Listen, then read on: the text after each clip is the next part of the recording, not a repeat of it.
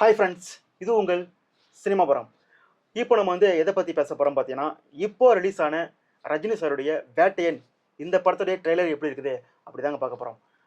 இந்த படம் பார்த்தீங்கன்னா ஒரு எக்ஸ்பெக்டேஷன்ஸ் அதிகமாக இருக்குது. எதுக்காகனா ஜெயிலர் அப்படின்ற ஒரு மெகா பிளாக் பஸ்டர்ஸ். ஸோ அந்த பிளாக் பஸ்டர்ஸ்க்கு அப்புறம் ரஜினி சார் ஹீரோவாக நடிக்கிற படம் தான் வேட்டையன்.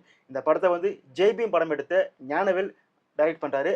ஸோ அதனால் இந்த படத்துக்கு எக்ஸ்பெக்டேஷன்ஸ் அதிகமாக இருந்துச்சு. இந்த காம்போ எப்படி இருக்க போகுது அப்படின்ற மாதிரி எக்ஸ்பெக்டேஷன்ஸ் அதிகமாக இருந்துச்சு.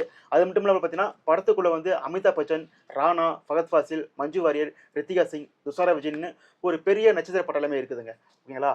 ஸோ இந்த படத்துக்கு ரீசெண்டாக ஒரு டீசர் ரிலீஸ் பண்ணியிருந்தாங்க. ஸோ அந்த டீசரை பார்த்துட்டு நிறைய பேர் சொன்னாங்கன்னு கேட்டிங்கன்னா, என்ன ஒரு ஆர்டினரி கமர்ஷியல் படமாக இருக்குது, ஃபுல்லாக என்கவுண்டராக இருக்குது, இது ஒரு ஞான படம் மாதிரி தெரியல, ஒரு மெசேஜ் எதுவும் இருக்காது போல இருக்குது, ஒரு ஒரு நார்மலான ஒரு சூப்பர் ஸ்டார் படமாக இருக்க போகுது அப்படின்ற மாதிரி பார்த்தீங்கன்னா நிறைய பேர் விமர்சனம் பண்ணாங்க.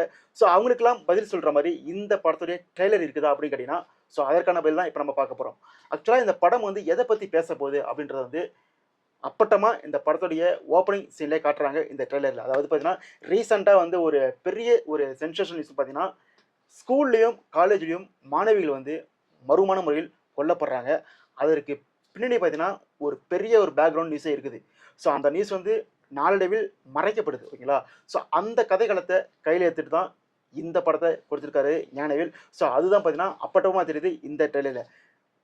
ட்ரெய்லர் ஸ்டார்ட் பண்ணும்போது பார்த்தீங்கன்னா, நீதி வேண்டும் நீதி வேண்டும், எங்களுக்கு நீதி வேண்டும் அப்படின்ற மாதிரி ஸ்டூடெண்ட்ஸ்லாம் போராட்டம் பண்ணுறாங்க. அதாவது ஜஸ்டிஸ் வேணுன்ற மாதிரி ஒரு பெண் ஒரு மாணவி மறுமண முறையில் கொல்லப்படுறாங்க. ஸோ அதற்கு நீதி கேட்டு மாணவிகள் மாணவர்லாம் போராடுறாங்க காலேஜ் வாசல்லாம். ஓகேங்களா? ஸோ அப்போ போலீஸ் அந்த குற்றவாளியை 7 நாள் நம்ம என்கவுண்டர் பண்ணோம், அப்போ தான் பொதுமக்களுக்கு நம்ம மேலே மதிப்பு வரும் அப்படின்ற மாதிரி பேசிகிட்டு இருக்காங்க. ஸோ அப்போ தான் நம்ம சூப்பர் ஸ்டார் என்ட்ரி, அதாவது 7 நாள் தேவையில்ல சார், 3 நாளில் முடிச்சிடலாம் அப்படின்ற மாதிரி உள்ளே வராரு.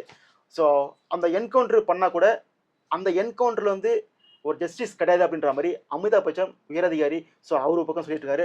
ஸோ 2 பேருக்கும் நடக்கிற ஒரு போட்டியாக தான் இந்த படம் இருக்க போகுது அப்படின்ற மாதிரி இந்த ட்ரெய்லரில் நமக்கு தெரிய வருதுங்க. இந்த ட்ரெய்லரில் ஒரு ஸ்டோரி, அந்த லைன் இருக்குல்ல, அந்த ஒரு பிளாட் லைன் இருக்குல்ல, அந்த லைனில் மட்டும் டைரக்டர் சக்ஸஸ்ஃபுல்லாக கொடுத்துட்டாருன்னா இந்த படம் ஜெயிலரை தாண்டி ஒரு பெரிய ஹிட் அடிக்கும்ன்றது மாற்று கருத்தே இல்லை. ஏன்னா அவர் டச் பண்ணுற இடம் அப்படிப்பட்ட இடம். ரீசெண்டாக கூட பார்த்தீங்கன்னா ஸ்ரீமதி அப்படின்ற ஒரு மாணவி கொல்லப்பட்டாங்க. ஒரு பெரிய ஒரு பிரளயமே வெடிச்சுது. நீங்களே பார்த்துருப்பீங்க. அந்த வளாகத்தையே சூறையாடிட்டாங்க. ஓகேங்களா?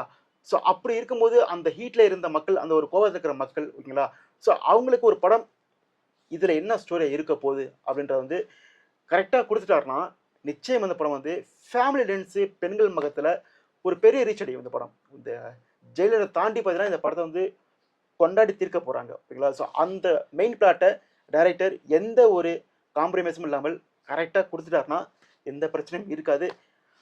அதுக்குள்ள கமர்ஷியல் எலிமெண்ட்டுக்கு பார்த்தீங்கன்னா சூப்பர் ஸ்டார் ஸ்டைலில் ஆக்ஷன் சீன்ஸு உள்ளே நிறைய இருக்குது. ஸோ அதுக்கும் பார்த்தீங்கன்னா நிறைய சீன்ஸ் காட்டுற மாதிரி ட்ரெய்லரில் காட்டுறாங்க. ஃபுல் அண்ட் ஃபுல் ஆக்ஷனாக இருக்குது. ரஜினி சார் என்ட்ரிக்கு அப்புறம் பார்த்தீங்கன்னா ஃபுல் அண்ட் ஃபுல் ஆக்ஷன் தான், என்கவுண்டர் தான். ஸோ அப்படி தான் இந்த ட்ரெய்லர் கொடுத்துருக்காங்க. ஸோ அதனால் ஒரு ஃபுல் பேக்கேஜ் ஒரு கமர்ஷியல் படம் ப்ளஸ் ஒரு ஸ்ட்ராங் ஸ்டேட்மெண்ட் இந்த படத்துக்குள்ளே இருக்குது அப்படின்றது நமக்கு இந்த ட்ரெய்லரே தெரிஞ்சு போச்சுங்க. ஓகேங்களா?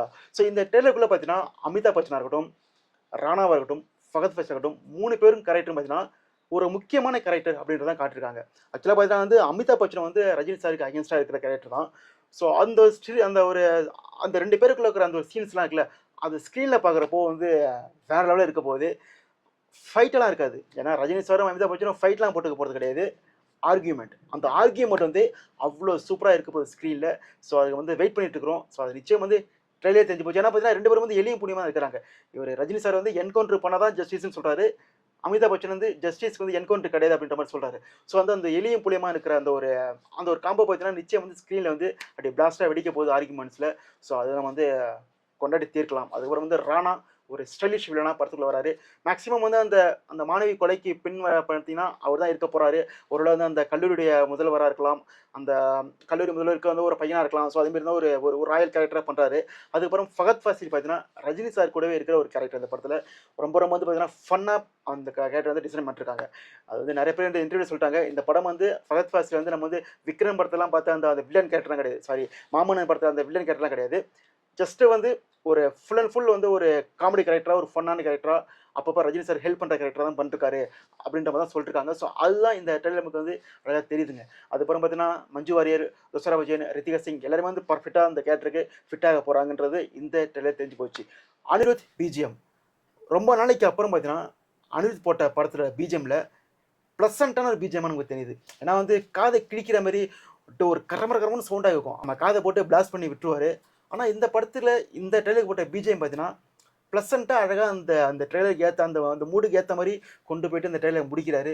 ஸோ அதனால பார்த்தீங்கன்னா அனிருத் இந்த ஸ்டோரிக்கு கரெக்டான ஒரு பிஜிஎம் கொடுத்துருப்பாரு அப்படின்றது வந்து அழகாக தெரிஞ்சு போச்சுங்க.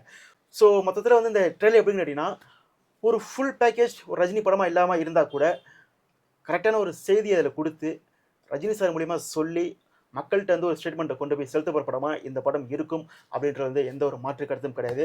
அதுக்கப்புறம் வந்து சொல்ல மறந்துட்டேன், நம்ம தலைவர் சூப்பர் ஸ்டார் ரஜினி சார் 73 வயசு மனுஷன் வந்து அப்படி இருக்கிறாருங்க ட்ரெயிலரில்.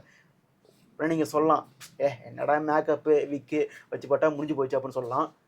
மேக்கப்பாக இருக்கட்டும் விக்காக இருக்கட்டும் எல்லாமே தோற்றத்துக்கு தான். ஆனால் அந்த எனர்ஜி அந்த மேனரிசம் அதுக்கெலாம் வந்து 23 வயசில் இது வந்து சாத்தியமே கிடையாதுங்க. மனுஷன் வந்து ஆக்ஷன் சீன்ஸில் வந்து அப்படி பட்டையை கலப்புறாரு. அப்படி இந்த வாக்காக இருக்கட்டும் ஒரு சீனில் வந்து ஒரு மாதிரியாக அப்படி செய்கிறாரு. இப்படி செய்யலாம் பார்க்கும்போது 73 வயசு தானே இவருக்கு அப்படின்ற மாதிரி வந்து நமக்கு வந்து டவுட் வருது. அந்தளவுக்கு பார்த்தீங்கன்னா இந்த படத்துக்குள்ளே வந்து பட்டையை கிளப்பிருக்கிறாரு அப்படின்றது இந்த ஷார்ட் ஒரு கிளிப்ஸ்லேயே நமக்கு தெரிஞ்சு போச்சு. ஓகேங்களா? ஸோ வந்து இந்த படத்துக்கு வந்து நீங்கள் உங்களை மாதிரி நானும் வெயிட் பண்ணிட்டு இருக்கிறேன். அக்டோபர் 10 இந்த படம் நிச்சயம் நம்ம வந்து ஃபர்ஸ்ட் டே ஃபர்ஸ்ட் ஷோ பார்ப்போம், பார்த்து ரிவ்யூ கொடுப்போம். உங்களை பொறுத்த வரைக்கும் இந்த ட்ரெயிலர் எப்படி இருந்துச்சு நீங்கள் கமெண்ட் பண்ணுங்கள். மீண்டும் ஒரு வீடியோ சந்திக்கிறேன். Tata, bye bye.